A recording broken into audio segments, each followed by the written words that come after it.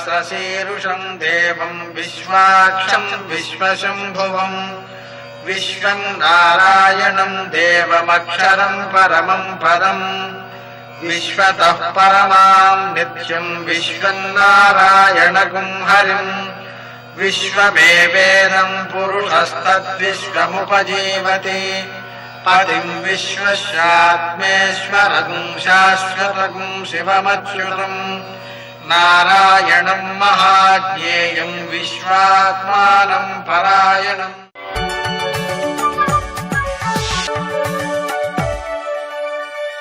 सूर्यशौर्यमथेन्दुरिन्द्रपदवी सन्मङ्गलं मङ्गलम्।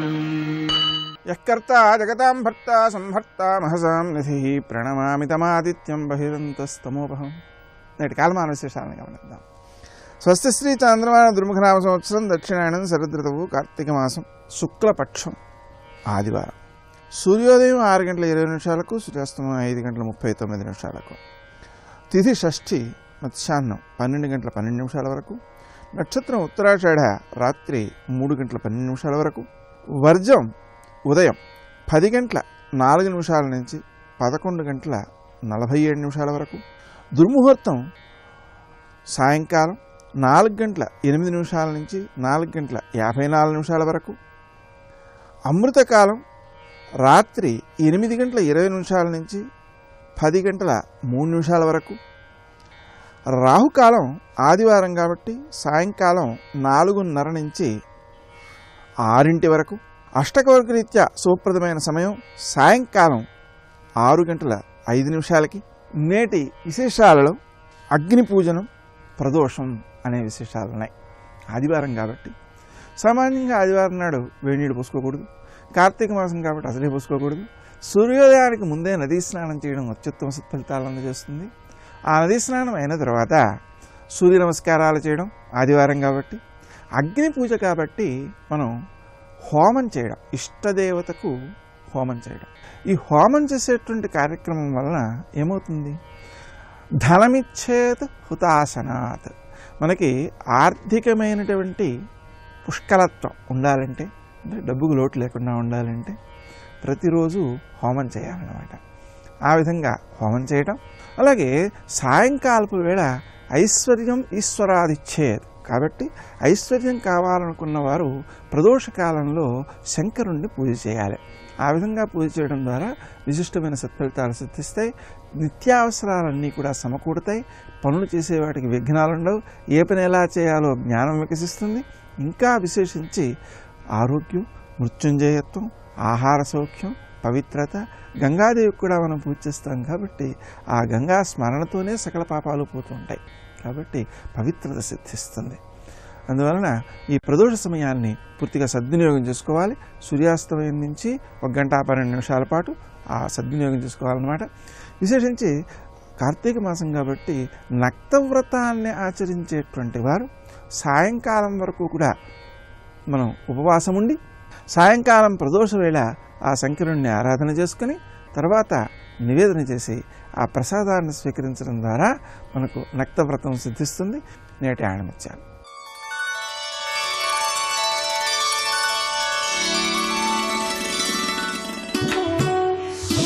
భవిష్యత్తు గురించి ఆలోచించడం కంటే ఈ క్షణాన్ని జాగ్రత్తగా ఉపయోగించడమే ఉత్తమం.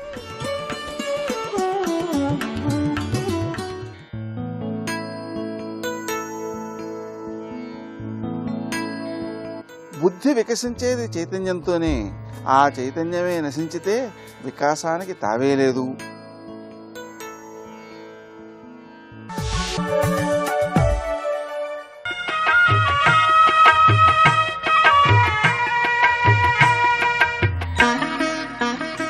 శ్రీ గణేశాయ నమః.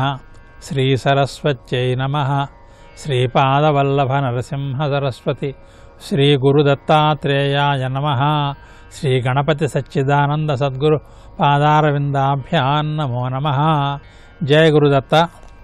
ఏకమేవాద్వితీయం తత్ యద్రాజన్న అవబుధ్యసే సత్యం స్వర్గస్య సోపానం పారావారస్య నౌరివా. విదురుడు ఈ సూక్తిలోకి వచ్చేటప్పటికీ ఆధ్యాత్మికాన్ని రాజనీతిని కలిపేస్తున్నాడు. ఏకమేవాద్వితీయం తత్ అని శ్లోకం ప్రారంభించాడు. ఛాందోగ్యోపనిషత్తులో ఏకమేవాద్వితీయం సదేవేదమగ్ర ఆసీత్ ఏకమేవాద్వితీయం అని ఛాందోగ్యోపనిషత్తులో వాక్యం. ఆ వాక్యంలో భాగం తీసుకున్నాడు ఏకమేవాద్వితీయం తత్. రాజా, నువ్వు గ్రహించట్లా, ఉన్నది ఒకటే సత్యం, అదే యథార్థ సత్యం, అదే పరబ్రహ్మ, అదే మానవ లోకంలో వచ్చేటప్పటికి సత్యవాక్కు. ఆధ్యాత్మిక సాధనలోకి వెళితే అది పరబ్రహ్మ, లౌకిక సాధనలోకి వస్తే అది సత్యవాక్కు. ఈ విషయాన్ని నువ్వు గ్రహించట్లా.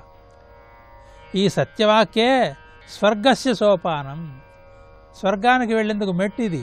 ఈ సత్యవాక్యే పరబ్రహ్మకి రూపాంతరం. నువ్వు పరబ్రహ్మాన్ని కనుక అనుసంధానం చేసుకున్నట్లయితే అది స్వర్గస్య అంటే మోక్షానికి సోపానం. అది ఎలా? పారావారస్య నౌరివ. సముద్రాన్ని దాటాలంటే పడవ ఎలా అయితే కావాలో అలాగే ఈ సంసార సముద్రాన్ని దాటి అటు స్వర్గలోకంలో కానీ అంతకంటే పై బ్రహ్మలోకంలో కానీ వెళ్ళాలనుకున్నట్లయితే సత్యవాక్యాన్ని, పరమసత్యమైనటువంటి పరబ్రహ్మతత్వాన్ని నువ్వు ఆశ్రయించాలి, అనుసంధానం చేసుకోవాలి అంటున్నాడు. దీన్ని బట్టి విదురుడు ధృతరాష్ట్రుడిని కొంచెం ఎత్తి పొడుస్తున్నాడు, అధిక్షేపణ చేస్తున్నాడు అర్థమవుతోంది. దాంతోపాటే దీని తర్వాత రాబోయే ఘట్టం సనత్సుజాతీయం అనేటువంటి ఘట్టం రాబోతోంది భారతంలో. సనత్సుజాతీయం అనేది ఒక అద్భుతమైనటువంటి మహావేదాంత గ్రంథం. సనత్సుజాత మహర్షి ధృతరాష్ట్రుడికి బోధించినటువంటి వేదాంత బోధ అది. దానికి బీజం ఇక్కడే వేస్తున్నాడు విదురుడు ఏకమేవాద్వితీయం అంటం ద్వారా. రాజా, నువ్వు మనస్సు యొక్క శాంతిని కోరుకున్నట్లయితే నువ్వు అధ్యాత్మ విద్యా తత్పరుడివి కావాలి. అలాగే సత్యవాక్య తత్పరుడు కూడా కావాలి. ఈ విషయం నీకు తెలుసు, అయినా సరే రాజన్ నా అవబుధ్యసే, మనసులోకి ఎక్కించుకోవట్లేదు. నువ్వు సత్యం సత్యం సత్యం అని బయటికి అంటావు, కానీ సత్యాన్ని మాత్రం నువ్వు నోటితో పలకవు. ఒకళ్ళ దగ్గర ఒక మాట, ఇంకోళ్ళ దగ్గర ఇంకో మాట మాట్లాడతావు. కానీ సత్యానికి ఉన్నటువంటి మహిమ ఎటువంటిదంటే, సత్యవ్రతుడు అనేటువంటి బోయేవాడు ఉండేవాడు. అది వాడికి పెట్టుడు పేరు. ఆ పేరు ఎందుకు వచ్చిందంటే, ఒక మహర్షి యొక్క ఉపదేశం వల్ల, అయ్యా నేను ఏదైనా సాధన చేస్తానంటే నీ వల్ల ఏమవుతున్నాయా, సత్యాన్నే ఆలోచించు, సత్యాన్నే పలుకు, సత్యాన్నే మనసులో పెట్టుకో, సత్యాన్నే వాక్కుతో ఉచ్చరించు అని బోధించాడు ఆయన గురువుగారు. దాన్ని మనసులో పెట్టుకుని నిరంతర సత్యభావన చేయటం వల్ల అతను ఎంత యోగీశ్వరుడైపోయాడంటే, సమస్త శాస్త్రాలు కూడా అతనికి ఎవరు బోధించకుండానే బుద్ధిలో ప్రతిభాసించినాయి. ఒక బోయేవాడు వచ్చి ఏదో సంకటమైన ప్రశ్న వేస్తే, సత్యం చెబితే గోవును హత్య చేసినట్టు అవుతుంది, అసత్యం చెబితే దోషం వస్తుంది. అందుకోసం ఈ రెండింటినీ తప్పించుకునేందుకు ఆ సత్యవ్రతుడైన బోయేవాడు ఏమన్నాడంటే, చూసేది పలకదు, పలికేది చూడదు అన్నాడు. చూసేది కన్ను, అది పలకదు. పలికేది నోరు, అది చూడదు. నువ్వు నోటిని ప్రశ్నిస్తున్నావా, కంటిని ప్రశ్నిస్తున్నావా అనేటప్పటికీ ఈ తలకిందుల మాటలకి, ఈ మిలికి మాటలకి అతల వాడికి అర్థం కాక వాడు విడుదల పిచ్చివాళ్ళని వదిలేసి వెళ్ళిపోయాడు. ఆ విధంగా అసత్యం చెప్పకుండా తప్పించుకున్నాడు. అటువంటి సత్యనిష్టాస్థితికి చేరుకున్నాడు బోయేవాడు కూడా. నువ్వు అట్లా కాదే, శాస్త్రాలు చదువుకున్నావు, మరి రాజనీతి చదువుకున్నావు, ఆధ్యాత్మిక విద్య చదువుకున్నావు, అన్నీ చదువుకున్నవాడు నువ్వు, పెద్దల యొక్క సాంగత్యం చేసిన వాడివి, అనేక విషయాలు బాగా మనస్సుకు పట్టించుకున్నవాడివి. నువ్వు గనక సత్యం మీద నిష్ట పెట్టినట్టయితే ఆ సత్యం నుంచి సాక్షాత్ సత్య పరమాత్మ స్వరూపంలోకి వెళ్ళిపోవచ్చు నువ్వు. అటువంటి ప్రయత్నం చేయకుండా సత్యాన్ని నుంచి చ్యుతిని పొందుతున్నావు రాజా. కనుక దానివల్లే నీకు ఈ నిద్రలేమైనటువంటి వ్యాధి పట్టుకుంది. దాంట్లోంచి నువ్వు తప్పించుకోవాలంటే సత్యాన్ని గురించి భావించు.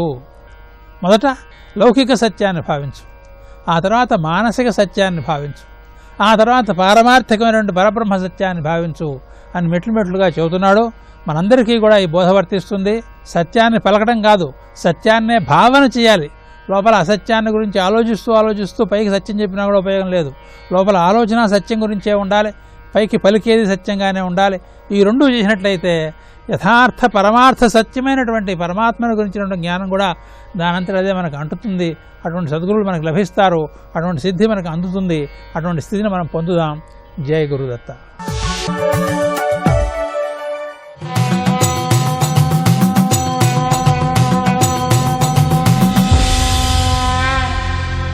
శతక సాహితీ సరస్వతికి నమస్కారం. భద్రే భంబుల చర్మము నితివి కప్పన్ గండ్రవస్త్రంబుగా రుద్రాక్షల్ ధరించినాడవుర సేరుంబావునొక్కొక్కటై ముద్రన్ వేసితి బూడిదన్ మెయిని సంపూర్ణంబు నిన్సూచినన్ నిద్రల్వట్టునే సర్వమంగళకునే నిన్ రామలింగేశ్వర. ఓ రామలింగేశ్వర స్వామి, చాలా ఆశ్చర్యంగా ఉందయ్యా నాకు నీ రూపాన్ని గురించి తలుసుకుంటే. నీ రూపాన్ని గురించి ఆలోచిస్తే చాలు నవ్వొస్తున్నది, ఎన్నెన్నో సందేహాలు వస్తున్నాయి. భద్రే బంబుల చర్మము నితివి కప్పన్ గండ్రవస్త్రంబుగా, ముద్దుగా లావుగా గండ్రగా ఉండేటువంటి ఆ ఏనుగు చర్మాన్ని ధరిస్తావయ్యా నువ్వు. ఎలా ధరిస్తున్నావు? ఇక రుద్రాక్షల్ ధరించినాడవుర సేరుంబావునొక్కొక్కటై. నీకు ఎక్కడ చూచినా సరే శరీరం అంతా కూడా ఈ రుద్రాక్షలు, ఆ ఏనుగు చర్మము, ఒక్కొక్క రుద్రాక్ష చూస్తే అది ఒక్కటే. సేరుంబావునొక్కొక్కటై, అదే ఒక్కొక్కటి 1 కిలో ఉంటుంది. అలాంటి ఆ రుద్రాక్షల్ని ధరిస్తావు. ముద్రన్ వేసితి బూడిదన్మెయిని సంపూర్ణంబు. ఇక నువ్వే తెల్లగా ఉంటావు. ఈ తెల్లగా ఉండటం మాత్రం కాకుండా తెల్లని ఆ విభూదిని తీసుకుని వచ్చి ఒళ్ళంతా కూడా పూసుకుని ఉంటావు. తెల్లగా ఉన్నవాడివి తెల్లని విభూతి ధరించి కిలో ఉండేటువంటి రుద్రాక్ష ఒక్కొక్కటి, అటువంటివి 100 రుద్రాక్షలను దండలుగా కట్టుకుని నీ చేతులకు మెడలో ఒళ్ళంతా కూడా వాటిని హారాలుగా ధరిస్తావు. ఇది మాత్రమే కాకుండా సర్పరాజాల్ని తీసుకుని వచ్చి వాటిని ధరిస్తావు. ఓ స్వామి, నిన్ను గనక చూస్తే నిద్రల్వట్టునే సర్వమంగళకునే నిన్ రామలింగేశ్వర. సర్వమంగళ, సకల శుభాలను కలిగించే పరమ సుకుమారి జగదేక సుందరి అయిన ఆ పార్వతీదేవికి నీ అవతారం చూస్తే ఆవిడికైనా సరే నిద్రపడుతుందయ్యా. ఎంత భయపడుతుంది ఆవిడ కూడా. ఏమిటి ఈ అవతారం స్వామి అంటూ ఆ పరమశివుని అవతారాన్ని ఎగతాళి చేస్తూ ఈ పైడిపాటి సుబ్బరామశాస్త్రి గారు చమత్కారంగా ఆ స్వామిని స్తుతిస్తూ ఆరాధిస్తున్నారు. ఆ పరమేశ్వరుణ్ణి భక్తి పారవశ్యంతో ఆరాధించటం మాత్రమే కాకుండా చమత్కార దృష్టితో ఆయన స్వరూపాన్ని చూచి దాన్నే వ్యంగ్యంగా స్తుతిస్తూ అద్భుతమైన పద్యరచన చేసి గొప్ప శతకాన్ని మనకు అందించిన విద్వత్కవులు, బహుభాషా కోవిదులు శ్రీ పైడిపాటి సుబ్బరామశాస్త్రి గారు రచించిన రామలింగేశ్వర శతకంలోని మరి ఒక పద్యం గురించి రేపు ఉదయం తెలుసుకుందాం. ఓం నమః శివాయ. శివ శివ శివ అనవో మనసా, శ్రీ శివనామమే జగద్రక్ష. శివ శివ శివ అనవో మనసా, శ్రీ శివనామమే జగద్రక్ష. భగవంతుని అవయవములు పద్మములు, మనం తుమ్మెద. ఇంకొక చమత్కారంలో ఏమవ్వాలంటే మన మనస్సు పద్మం అవ్వాలి, భగవంతుడి తుమ్మెదవ్వాలి. మన మనసు పద్మం ఎప్పుడవుతుంది? ఆ పద్మమనబడేటటువంటి మనసు నిండా భక్తి అన్న తేనె ఉందనుకోండి, ఆ పద్మంలో ఉండే తేనె తాగడానికి ఒక్క తుమ్మెద తప్ప ఇంకా ఏదీ రాదు. ఒక చెరువులో పద్మం మొగ్గ వేసి పద్మం విచ్చుకుందనుకోండి తెల్లారకట్ట, దాని నిండా తేనె ఉంటుంది. ఆ తేనె తాగడానికి ఆ పద్మంతోనే కలిసి పుట్టినటువంటి చేపకి తెలియదు ఉందని, తాగదు కూడా. ఎవరికి తెలుసు? పక్కన అరణ్యంలో ఉన్న తుమ్మెదకి తెలుసు. అది ఎగిరి ఎగిరి ఎగిరి ఎగిరి వచ్చి ఈ పద్మం మీద వాలి అందులో ఉన్నటువంటి ఆ తేనెని కడుపు నిండా నిండా తాగుతుంది. పార్వతీ పరమేశ్వరులు ఇక్కడికి వచ్చి ఎప్పుడు వాళ్తారు? వాళ్ళ కాళ్ళు ఇక్కడ ఎప్పుడు పెడతాడు? ఇక్కడికి వచ్చి కూర్చోవాలంటే వాళ్ళు రావాలి కదా. అయ్యా మా ఇంట్లో కాలు పెట్టండి అంటారు. మా ఇంట్లో కాలు పెట్టండి అంటే నేను వీధిలో నుంచి కాలు ఒకటి పెట్టమనే, మా ఇంట్లోకి రెండని. వాళ్ళ కాళ్ళు ఇక్కడ పెట్టారంటే వాళ్ళు ఎప్పుడు వస్తారు ఇక్కడికి? ఇక్కడ ఉన్నటువంటి పద్మమంతా భక్తి అన్న తేనెతో నిండిపోతే ఆయన 9 అయ్యి వస్తాడు. ఆయన 9 ఎందుకు అవుతాడు? ఆవిడ 9 అయింది కాబట్టి. ఆవిడ ఎక్కడ 9 అయింది? భ్రమరాంబ 9. శ్రీశైలంలో భ్రమరాంబ మరి 9 కాదు. భార్య 9 అయితే భర్త మనుష్యుడు అవుతాడేంటి? ఆయన గండు 9 అయ్యాడు, ఆయన మగ 9 అయ్యాడు. ఇప్పుడు 9 భర్త, మగ 9 ఆడ 9 కలిసి ఈ లోపల ఉన్నటువంటి హృదయ పద్మంలో ఉన్న భక్తి అన్న తేనె కోసం వెతుక్కుంటూ వెతుక్కుంటూ వెతుక్కుంటూ వచ్చి ఇక్కడే వాళ్తారు. వాలి ఎప్పుడో తేనె తాగను కూర్చోను, తేనె తాగను కూర్చోను. అందులోకి మళ్ళీ ఏమైనా అక్కర్లేని విషయాలు చేరిపోయాయి అనుకోండి, అబ్బాయి ఈ పద్మంలో తేనె లేదని ఎగిరెళ్ళిపోతాయి. ఎప్పుడు భక్తి అన్న తేనె ఉందనుకోండి అలాగే కూర్చుంటాయి. అదే శంకరుడు శివానంద లహరిలో చోట చెప్తారు, భృంగీచ్ఛా నటనోత్కట కరిమదగ్రాహీ స్ఫురన్మాధవ లాదో నాదయుతో మహాసితవపు పంచేషు నాచాధృత సత్పక్ష సుమనోవనేషు సపునః సాక్షాన్ మదీయే మనో రాజీవే భ్రమరాధిపో విహరతాం శ్రీశైలవాసీ విభు అని పిలిచారు. ఓ శ్రీశైలవాసి, మగ 9 ఆడ 9 మీరు పార్వతీదేవి కలిసి వచ్చి సారగ్రాహులై నా హృదయ పద్మమనందున్న భక్తి అన్న తేనెని తాగి పులకించి సంతోషంగా కూర్చోండి అన్నారు. కాబట్టి ఇక్కడ పార్వతీ పరమేశ్వరుల యొక్క పాద ద్వంద్వమనబడేటటువంటి మామిడి చివుర్లు ఎప్పుడుంటాయి? ఆ మామిడి చివుర్లు ఉన్నాయి అంటే భక్తి అన్న తాటితో మనసుని కట్టి లోపల సంతోషము నిర్మలత్వము అన్న నీటితో నింపి పార్వతీ పరమేశ్వరుల పాదద్వంద్వమనబడేటటువంటి మావిడాకులు పెడితే, అవి కూడా ఏమిటి ముదిరిపోయిన మావిడాకులు కాదు. శంకర భగవత్పాదులు ఒక మాట వాడారు అంటే దానికి ఒక అర్థం ఉంటుంది, దానికి ఒక దూరదృష్టి ఉంటుంది, అద్భుతం ఉంటుంది అందులో. ఆయన ఏమన్నారు? మామూలుగా మావిడాకులు పెడుతున్నానని లేదు, సాంబ తవాంఘ్రి పల్లవ యుగం అన్నారు. పల్లవ యుగం అంటే చిగురుటాకులు. కాబట్టి శంకరులు ఒక మాట అన్నారంటే చాలా జాగ్రత్తగా అంటారు. ఆయన సాంబ తవాంఘ్రి పల్లవ యుగం, సాంబ అని పిలిచారు. సాంబ అంటే ఒక్క శివుడు కాడు, సా అంబ, అమ్మవారితో కలిసి రావాలి. పార్వతీ పరమేశ్వరులు ఇద్దరి యొక్క పాదములు ఇక్కడ చిగుళ్ళలా ఉండాలి. ఇప్పుడు ఈ చిగుళ్ళు చూడగానే పాట ఎవరు పాడతారు? కోయిల పాడుతుంది. ఏ కోయిల పాడుతోంది? ఆ కోయిల పాడితే లోకమంతా సంతోషిస్తుంది. కాకిరిస్తే సంతోషించరు, పిచ్చుకలరిస్తే సంతోషించరు, కోయిల పాడితే సంతోషిస్తారు. కోయిల 365 రోజులు పాడదు, ఒక్క వసంత ఋతువులోనే పాడుతుంది. ఒక్క వసంత ఋతువులో పాడినా కోయిల పాట కోయిల పాటే. ఎక్కడ ఎవరు బాగా పాడినా కోయిల్లా పాడారంటారు. అటువంటి కోయిల కూస్తోంది. ఆ చిగుర్లు చూసేదా కోయిల? శంకరాచార్యుల వారు అనబడేటటువంటి కోకిల కూస్తోంది. కాబట్టి ఇక్కడ భక్తో భక్తి గుణావృతే ముదమృతా పూర్ణే మన ప్రసన్నే మన కుంభే సాంబ తవాంగ్రి పల్లవయుగం సంస్థాప్య సంవిత్ఫలం సత్వం మంత్రముదీరయన్. పూర్ణకుంభం పెట్టి పుణ్యాహవాచనం చేసిన తర్వాత ఏం చేస్తాం? ఆ నీళ్లు లోపల నుంచి తీసి చల్లుతారు అందరి మీద. వేద సమృద్ధిరస్తు, పుష్టిరస్తు, తుష్టిరస్తు, శాంతిరస్తు, అవిఘ్నమస్తు, పుత్రపౌత్రాభివరస్తు, వృద్ధిరస్తు, అనిష్ట నిరసనమస్తు, ధనధాన్య సమృద్ధిరస్తు, శాంతిరస్తు అంటూ అందరి మీద జల్లి ఇల్లంతా చల్లుతారు. అలా నేను నా ఇంట్లో చల్లుకుంటున్నాను ఆ నీళ్లు. ఏది నా ఇల్లు? నిజ శరీరాగార శుద్ధిం వహన్, ఇది నా ఇల్లు. అందుకే రమణ మహర్షి మాట చెప్తుండేవారు, అందరివి అద్దె కొంపలే అన్నారు ఆయన. ఎవరిది సొంత కొంప? అందరూ కొంప మార్చేవారే. అద్దె కొంప అంటే ఏమిటి? ఈ కొంప వదిలేస్తాడు, ఇంకో కొంపలోకి పోతాడు. ఇక్కడ చిల్లు పడిందండి అంటాడు, అబ్బాయి యజమాని బాగు చేయించలేదండి కాబట్టి ఈ ఇల్లు వదిలేస్తున్నాను, ఇంకో ఇంట్లోకి పోతాను. జరాభూయిష్టం అయిపోయింది, ముడతలు పడిపోయింది, వృద్ధాప్యం వచ్చేసింది, వినపడదు కనపడదు, ఏమీ అరగదు, మలమూత్రాలు విసర్జించలేడు, దీన్ని వదిలిపెట్టేస్తాడు. అద్దె కొంప వదిలిపెట్టి ఇంకో కొంపలోకి పోతాడు, ఇంకో శరీరంలోకి పోతాడు. కాబట్టి అన్ని అద్దె కొంపలే, సొంత కొంపలు ఎక్కడున్నాయన్నారు రమణ మహర్షి. అలా ఇది శరీరం, ఈ శరీరమే ఇల్లు.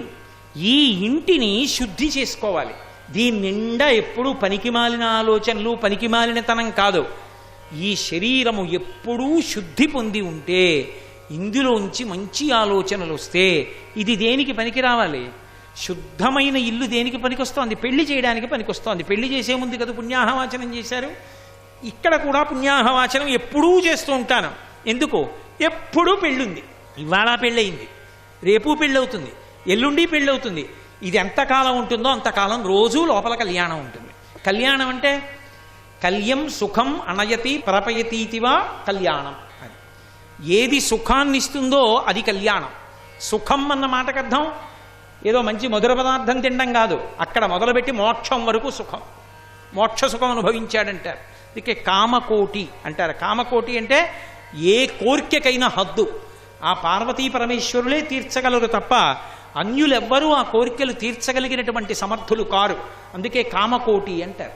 కామకోటి కామాక్షి, ఆవిడ ఏమైనా ఇవ్వగలదు. ఎందుకని? కా అంటే బ్రహ్మశక్తి సరస్వతీదేవి కుడి కంట్లో ఉంటుంది, మా విష్ణుశక్తి లక్ష్మీదేవి ఈ కంట్లో ఉంటుంది. నీకు సరస్వతీ కటాక్షం కావాలా, లక్ష్మీ కటాక్షం కావాలా, చిరాయుర్దాయం కావాలా, మోక్షం కావాలా, ఏది కావాలన్నా ఆవిడ చూపులతో ఇచ్చేస్తుంది. అందుకే కామకోటి కామాక్షి. అటువంటి తల్లి ఎలా ఇవ్వగలదో అలా పరమశివుడు ఇవ్వగలడు. ఎందుకు ఇప్పుడు పుణ్యాహవాచనం చేస్తున్నాను? రోజు పొద్దున్నే పుణ్యాహవాచనం చేసేస్తుండాలి లోపల. ఎందుకు అంటే కళ్యాణం ఉంది, పెళ్ళి ఉంది ఇంట్లో. ఈ ఇంట్లో పెళ్ళి రోజు జరుగుతుంది, ప్రతిరోజు ఉంటుంది కళ్యాణం.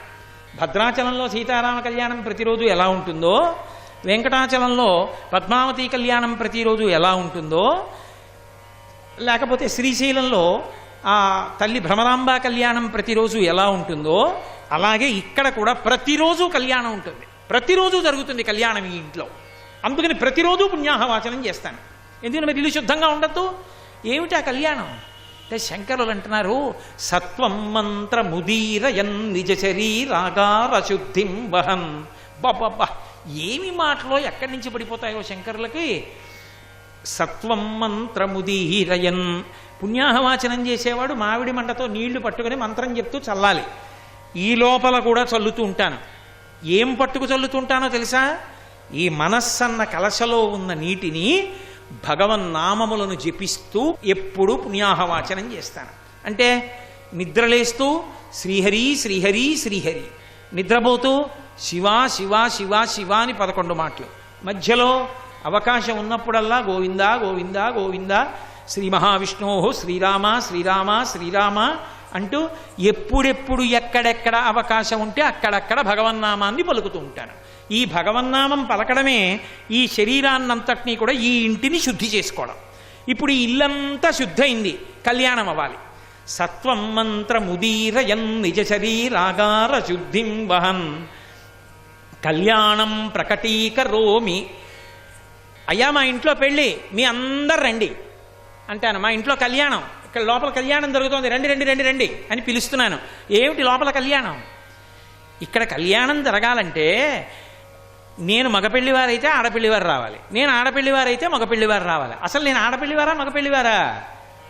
కళ్యాణమునందు ఎప్పుడూ మనం ఆడపిల్లివారమే. సర్వం శ్రీ ఉమామహేశ్వర పరబ్రహ్మార్పణమస్తు. స్వస్తి.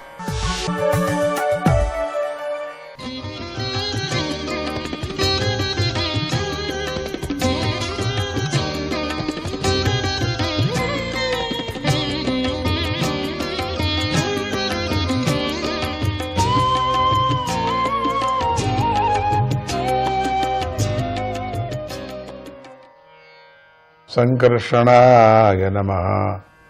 ప్రియవ్రతుని కుమారుడైన యుగ్మజిహ్వుడు ప్రభువు ఆయన ఆ ద్వీపాన్ని 7 ఖండాలుగా విభజించాడు అనుకున్నాం కదా. ఆ 7 ఖండాల పేర్లు గల తన 7 పుత్రులకు వాటినంతా పంచిచ్చాడు. తర్వాత ఆయన ఆత్మనిష్ఠుడై లోక వ్యవహారాలను విడిచిపెట్టాడు. ఆ లక్ష ద్వీపంలో అరుణ, నృమ్ణ, అంగీరసి, సావిత్రి, సుప్రభాత, ఋతంభర, సత్యంభర అనేటువంటి గొప్ప నదులు ఉన్నాయి. అక్కడ హంస, పతంగ, ఊర్ధ్వాయన, సత్యాంగ అనే పేర్లు గల 4 వర్ణాల వారు ఉన్నారు. వారు ఆ నదులలో స్నానం చేయటం వల్ల వారి యందు గల రజోగుణ తమో గుణాలు కడిగి వేయబడ్డాయి. వారు 1000 సంవత్సరాలు జీవిస్తారు. దేవతల్లాగా వారు అలసిపోరు, వారికి చెమట పట్టదు. దేవతలు సంతానాన్ని ఏ విధంగా అయితే పొందుతారో వారు కూడా సంతానాన్ని అదే విధంగా పొందుతారు. వేదోక్తమైన ఉపాసనతో సూర్యుడిని ఆరాధిస్తే ఆయన స్వర్గాన్ని అనుగ్రహిస్తాడు. ఆ లక్షద్వీపవాసులు సూర్యుడిని ఆత్మరూపంగా ఆరాధిస్తూ ఉంటారు. విష్ణువు కాలాతీతుడు, ఆయన రూపమే సూర్యమండలం. శాస్త్రానుసారంగా నిశ్చయించబడినటువంటి కర్తవ్యమనే ఋతము అనబడుతుంది. వాక్కు మరియు శరీరములో నిర్వహించబడినటువంటి కర్తవ్యమనే సత్యము అనబడుతూ ఉంటుంది. ఆ ఋతు సత్యాలకు మరియు వేదమోక్ష మరణాలకు కూడా సూర్యుడే అధిష్టానమైన ఉన్నాడు అని, ఆ సూర్యుడిని మేము శరణు వేడుతున్నాం అని వారు స్తుతిస్తూ ఉంటారు. ఆ లక్షద్వీపం మొదలైన 5 ద్వీపాలలో గల జనులు ఆయస్సు, సంతానోత్పత్తి, సామర్థ్యము అంటే మనోబలము, ఇంద్రియ బలము, శరీర బలము, బుద్ధి బలము, పరాక్రమము అనే లక్షణాలు అందరిలోనూ సహజంగా సమానంగా ఉంటాయి. ఆ లక్షద్వీపం చుట్టూ చెరుకు రసపు సముద్రము దీపములో సమానమైనటువంటి వైశాల్యం కలిగి ఉంది. అదేవిధంగా లక్షద్వీపానికి రెట్టింపు వైశాల్యంతో శాల్మల ద్వీపం ఉంది. అది కూడా తనతో సమానమైన వైశాల్యం గల మదిరా సముద్రంతో ఆవరించబడి ఉంది. ఆ శాల్మల ద్వీపంలో జువ్వి చెట్టుతో సమానమైన పొడవు గల బూరుగు శాల్మల చెట్టు ఉంది. ఆ శాల్మల చెట్టును బట్టే ఆ ద్వీపానికి శాల్మల అనే పేరు వచ్చింది. వేద మంత్రాలు శ్రీహరి యొక్క అవయవాలు. ఆ మంత్రాలతో శ్రీహరిని పక్షిరాజైనటువంటి గరుత్మంతుడు స్తుతిస్తూ ఉంటాడు. ఆయన యొక్క నివాసం శాల్మల చెట్టు మీదే ఉందని పెద్దలు చెబుతూ ఉంటారు. ప్రియవ్రతుడి పుత్రుడైన యజ్ఞబాహువు ఆ శాల్మల ద్వీపానికి ప్రభువు. ఆయనకు 7 కుమారులు. ఆయన ఆ ద్వీపాన్ని సురోచనము, సౌమనస్యము, రమణకము, దేవవర్షము, పారిభద్రము, ఆప్యాయనము, అవిజ్ఞాతము అనేటువంటి 7 ఖండాలుగా విడగొట్టాడు. ఆ 7టిని తన కుమారులకు పంచి ఇచ్చాడు.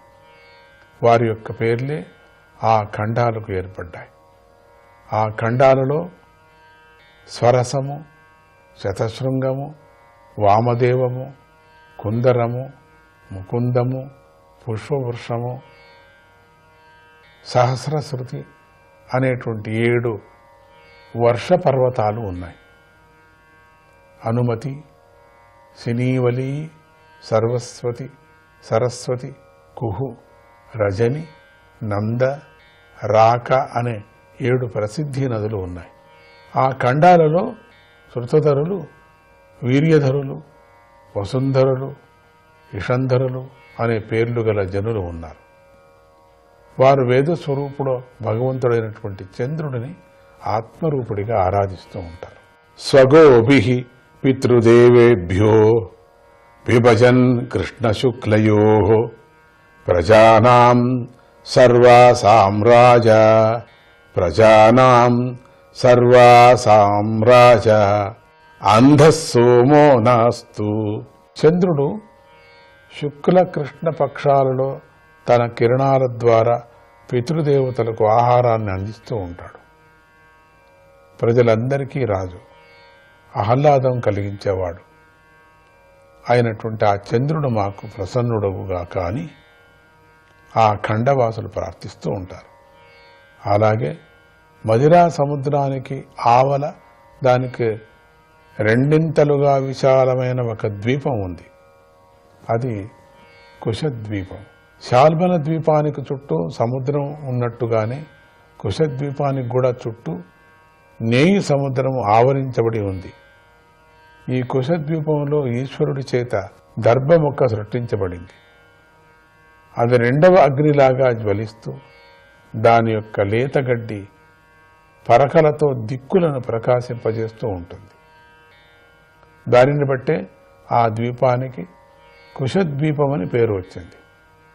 దానికి ప్రియవ్రతుడి పుత్రుడైనటువంటి హిరణ్యరేతసుడు ప్రభువు. ఆయనకు వసుదానుడు, దృఢరుచి, నాభిగుప్తుడు, స్తుత్యవ్రతుడు, వివిక్తుడు, వామదేవుడు అని 7 కుమారులు. ఆయన తన ద్వీపాన్ని వారికి పంచి తాను తపస్సులో మునిగిపోయాడు. ఆ ఖండాలకు చక్రము, చతుశృంగము, కపిలము, త్రికూటము, దేవానికము, ఊర్ధ్వరోమము, ద్రవిణము అనేటువంటి 7 ప్రసిద్ధి పర్వతాలు సరిహద్దుల్లాగా ఉన్నాయి. రసకుల్య, మధుకుల్య, మిత్రవింద, శృతవింద, దేవగర్భ, ఘృతచ్యుత, మంత్రమాల అనే 7 ప్రసిద్ధి నదులు అక్కడ ప్రవహిస్తున్నాయి. ఈ కుశద్వీపంలో కుశలురుడు, కోవిదులు, అభియుక్తులు, కులకులు అనే 4 వర్ణాలు వారు నివసిస్తున్నారు. వారు ఆ నదుల్లో స్నానం చేసి భగవంతుడైన అగ్నిదేవుణ్ణి ఇలా ఆరాధిస్తూ ఉంటారు. సర్వజ్ఞుడవు, సర్వవ్యాపకుడవు అయినటువంటి ఓ అగ్నిదేవా, నువ్వు సాక్షాత్తుగా పరబ్రహ్మకు హోమద్రవ్యాలను తీసుకొని వెళుతూ ఉంటావు. దేవతలందరూ ఆ పూర్ణ బ్రహ్మ యొక్క అవయవాలే. అందుచేత మేము వారిని సమర్పించే హవిస్సులతో నువ్వు పూర్ణుడైనటువంటి ఆ పరబ్రహ్మను ఆరాధించు అని వారు స్తుతిస్తూ ఉంటారు. అదేవిధంగా నేయి సముద్రానికి ఆవల 2 వైశాల్యం గల క్రౌంచ ద్వీపం ఉంది. కుశద్వీపంలాగానే దీని చుట్టూ కూడా ఈశ్వరుడి చేత సృష్టించబడిన పాల సముద్రం ఉంది. క్రౌంచమనే ప్రసిద్ధమైన పర్వతం ఉండటంతో ఆ ద్వీపానికి క్రౌంచ ద్వీపం అనే పేరు ఏర్పడింది. ఇవన్నీ స్వర్గంలో అన్నీ మనం నక్షత్రాలు ఎట్లా చూస్తామో, ఎన్నెన్ని నక్షత్రాలు ఉన్నాయో, ఎన్నెన్ని పర్వతాలు ఉన్నాయో, ఎన్నెన్ని ఉన్నాయో చెప్పలేమని చెప్తాం కదా. ఇవన్నీ మనకు స్వర్గలోకంలో ఇవన్నీ ఎన్నో స్వర్గాలు ఉన్నాయి. ఒక స్వర్గం కాదు, ఎన్నో సూర్యులు, 1,000,000 సూర్యాలు, ఒక్కొక్క సూర్యుడికి ఇంకొక సూర్యుడు అట్లా ఉన్నారు. అట్లా ఒక్క నక్షత్రానికి ఎన్నో నక్షత్రాలు, చెప్పలేను, లెక్కలేవు. అట్లనే ఇవన్నీ ఉండబట్టి ఇవన్నీ కూడా మనకు స్వర్గం లోకంలో ఉండే ఒక స్వర్గం ఇది. 7 స్వర్గాలు అట్లా ఎప్పటికీ మనం అసలు దర్శించలేము, మనం చెప్పుకోలేము కదా. మనము భాగవతం వెళ్ళినప్పుడు మాత్రమే ఈ స్వర్గ రచన గురించి చెప్పుకోవచ్చు. ఓం పద్మనాభాయ నమః.